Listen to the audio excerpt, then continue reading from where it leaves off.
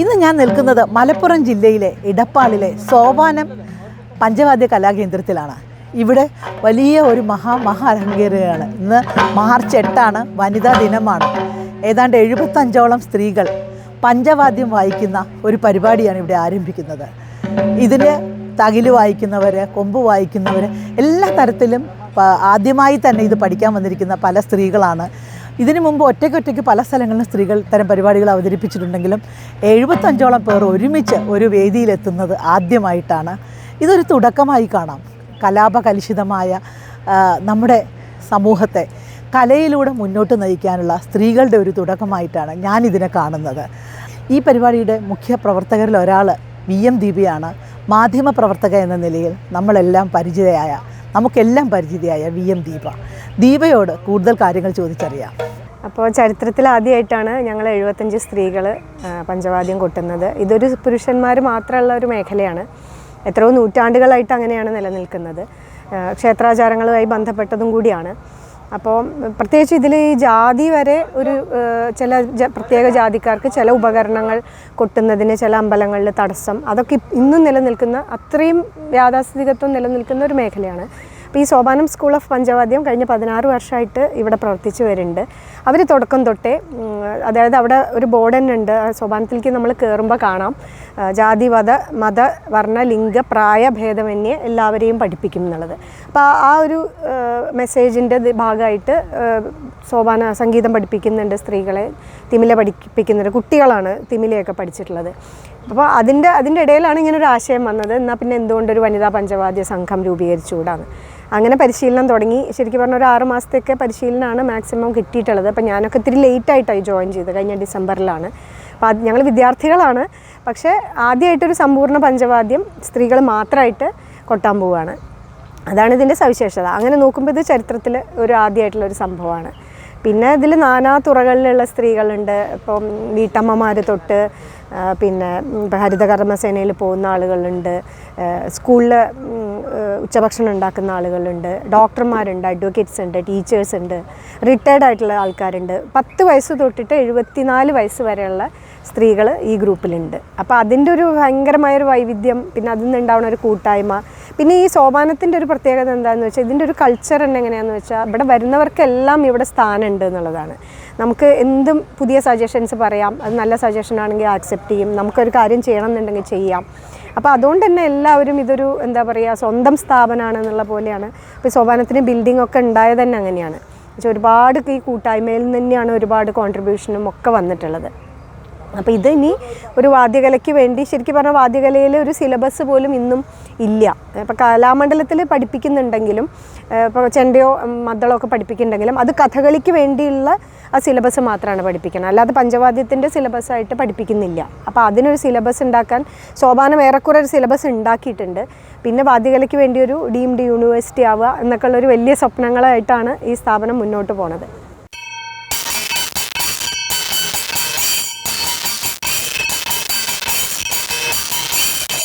വലിയ സന്തോഷത്തിലാണല്ലോ. പേര് സന്തോഷത്തിലാണ്. എൻ്റെ പേര് രമാദേവി. എന്താണ് ഇവിടെ എത്ര നാളായി കൊട്ടാൻ പഠിച്ചിട്ടത്? ഇവിടെ ഒരു 4 മാസമായി ഇപ്പോൾ തുടങ്ങിയിട്ട്. അത്രയായിട്ടുള്ളൂ. കാരണം ഞാൻ വൈകിട്ടാണ് വന്നത്. ഇവിടെ അറിഞ്ഞതും സോപാനം അഷ്ടപതി പഠിക്കാനായിട്ട് വന്നതാണ് ഞാനിവിടെ. അപ്പോഴാണ് ഇവിടെ ആശാൻ പഞ്ചവാദ്യത്തിൻ്റെ പണിപ്പുരയിലാണെന്ന് അറിഞ്ഞത്. അങ്ങനെ ചേർന്നു. എന്ത് വ്യത്യാസം തോന്നി 4 മാസം? 4 മാസം കൊണ്ട് വളരെ വ്യത്യാസമാണ്. കാരണം ഞാൻ ശാരീരികമായിട്ടും മാനസികമായിട്ടും വല്ലാത്തൊരു വീക്ക് അവസ്ഥയിലായിരുന്നു. കാരണം എൻ്റെ ഏട്ടൻ എന്നെ വിട്ടു പോയിട്ട് ആ ഒരു മാനസികാവസ്ഥ വല്ലാത്തൊരു ബുദ്ധിമുട്ടിലായിരുന്നു. അപ്പോഴാണ് അപ്പോൾ ഞാൻ എന്ത് ചെയ്യണമെന്ന് വിചാരിച്ചിരിക്കുകയായിരുന്നു. ആ സമയത്താണ് ഇങ്ങനെ ഒരു സോപാന ക്ലാസ്.